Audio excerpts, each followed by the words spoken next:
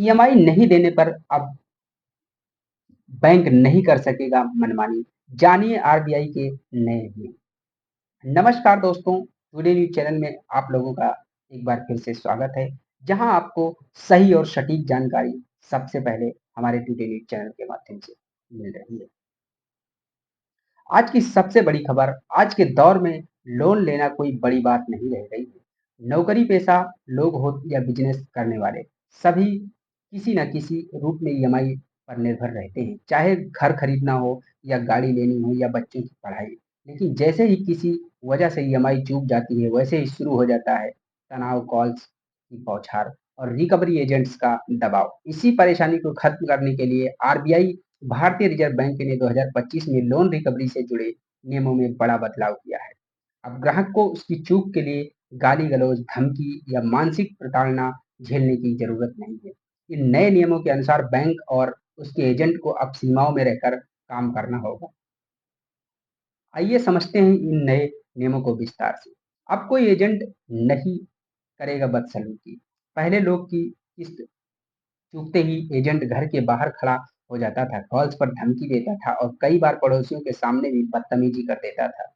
लेकिन अब ऐसा नहीं होगा। आरबीआई के नए गाइडलाइंस के अनुसार अब कोई भी बैंक या एजेंट ग्राहक के साथ गाली गलौज, धमकी, शारीरिक या मानसिक उत्पीड़न नहीं कर सकता।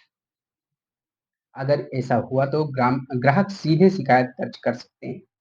अब कॉल पर कर सकते हैं बैंक।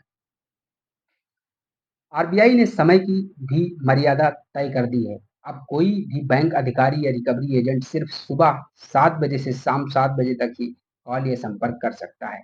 छुट्टियों के दिन या रात में बार-बार फ़ोन करना अब नियम के खिलाफ है। इससे ग्राहक को मानसिक राहत भी मिलेगी। पहली चूक पर नहीं होगी सख्त कार्रवाई। अगर आप किसी कारणवश महीने की ईएमआई नहीं भर पाते तो घबराइए मत। आरबीआई के नए नियम के मुताबिक अब बैंक पहली चूक पर कोई भी सख्त कदम नहीं उठा सकता। बैंक को पहले 90 दिनों तक नोटिस और बातचीत का रास्ता अपनाना होगा। इस दौरान आप अपने बैंक से बात करके नई शर्तों पर समझौता कर सकते हैं या रीस्ट्रक्चरिंग का विकल्प ले सकते हैं। 4-5 किस्त नहीं चुकाने पर भी सीधे नीलामी नहीं। ये सबसे राहत भरी बात है। अगर आपने लगातार 4-5 महीने तक भी ईएमआई नहीं भरी, तब भी बैंक आपके घर या प्रॉपर्टी को सीधे नीलाम नहीं कर सकता। इसके लिए पहले कानूनी नोटिस देना ज़रूरी है और उसके बाद भी ग्राहक को पूरा मौका दिया जाएगा समाधान निकालने का। बदतमीजी करने वाले एजेंट पर होगी बड़ी कार्रवाई। अगर कोई एजेंट धमकी देता है, अभद्र भाषा का प्रयोग करता है, घर में जबरन घुसता है, परिवार या पड़ोसियों के सामने अपमान करता है, तो आप सीधे पुलिस स्टेशन में एफआईआर दर्ज करा सकते हैं। इसके अलावा आप बैंक की ग्रीवेंस सेल या आरबीआई के पोर्टल पर भी ऑनलाइन शिकायत दर्ज कर सकते हैं। शिकायत दर्ज करने के लिए सबूत क्या-क्या रखें? आपकी शिकायत को मजबूत बनाने के लिए ज़रूरी है कि आपके पास पुख्ता सबूत हों, जैसे कॉल रिकॉर्डिंग या वॉइस मैसेजिंग, धमकी या अभद्र भाषा वाले मैसेज का स्क्रीनशॉट, बैंक का नोटिस, कोई गवाह जो उस वक्त मौजूद हो। इन सबूतों के आधार पर बैंक और उसके एजेंट के खिलाफ सख्त कार्रवाई हो सकती है। बैंक भी होंगे इसके जिम्मेदार। आरबीआई ने साफ-साफ कहा है कि अगर कोई एजेंट गलत गलत तरीके से किसी को अभद्र भाषा का इस्तेमाल करके उससे पैसा निकालने की कोशिश करता है, तो एजेंट ग्राहक की अनुमति के बिना घर में नहीं घुस सकता, ना ही जबरन कोई सामान उठा सकता है। नीलामी के भी होंगे कुछ नए नियम। अगर ग्राहक की वित्तीय स्थिति बेहद खराब हो गई और विकल्प नहीं बचा हो, तब जाकर नीलामी की प्रक्रिया अपनाई जा सकती है।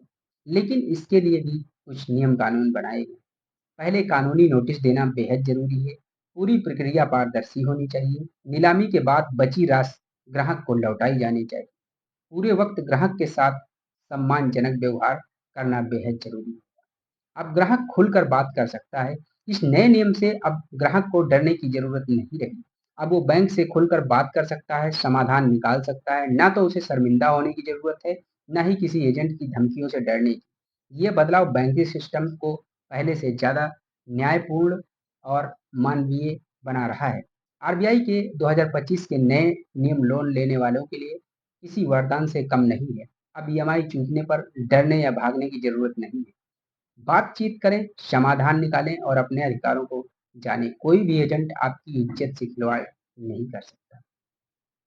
तो दोस्तों ये था हमारा टुडे न्यूज़ चैनल के माध्यम से कुछ अहम जानकारी जो आप लोगों तक दी गई। अगर आपको हमारी ये जानकारी अच्छी लगी हो तो हमारे चैनल को सब्सक्राइब करें और साथ ही साथ अपने दोस्तों को, अपने मित्रों को शेयर करें और हमारे चैनल को हमारे विभिन्न सोशल मीडिया प्लेटफ़ॉर्म जैसे फ़ेसबुक, ट्विटर, इंस्टाग्राम और यूट्यूब पर भी फॉलो करें।